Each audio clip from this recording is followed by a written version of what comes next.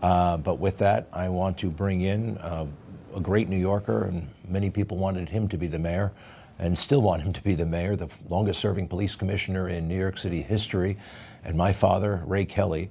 Dad, it's good to see you, and I was hoping this was going to be a longer night, but it looks like the experts are calling this for Mamdani. Zohran Mamdani, they tell us, has won the race for mayor in 2025.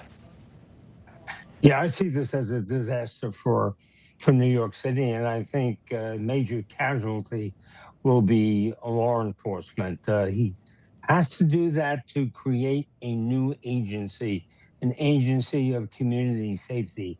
And the NYPD budget is about $1 billion. So that's where the money lies, and that's where it'll be taken from in one way or the other. You won't hire more people, or police officers will leave in large numbers. And I hate to see that, but I think that is a reality. That will be the objective of the union and the unions and other people to comment about this event. He is, I think, a con man, and I always have. He has a great smile, and he has no background. He has no history. We haven't seen him any record of doing anything. And by the way, he doesn't answer questions, and the media lets him get away with it. It's amazing. Yeah. He'll give a smile and walk away.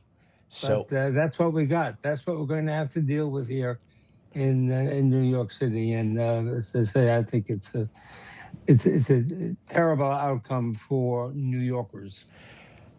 I'm having a little bit of difficulty processing it, to be honest. The 25th anniversary of the 9/11 attacks will be less than a year from now, in September. He has claimed that he has lived in the shadow of 9/11. I don't know what that means.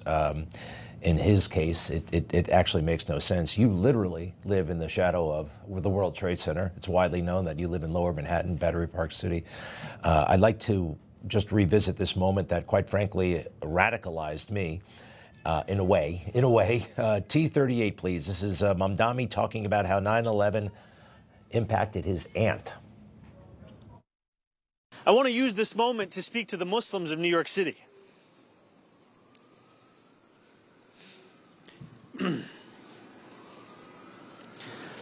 I want to speak to the memory of my aunt.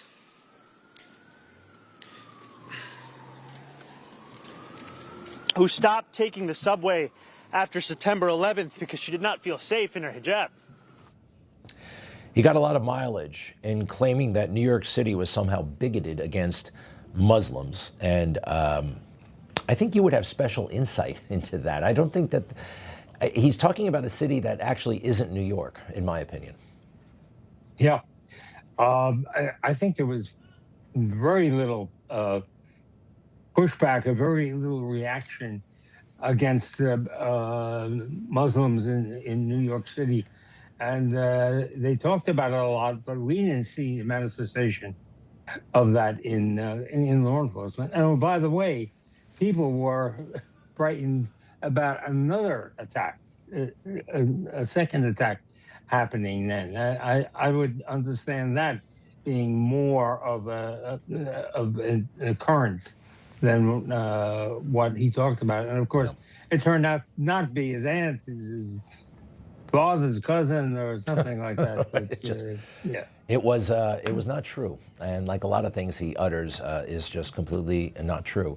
This city deserves so much more than this, where we are right now.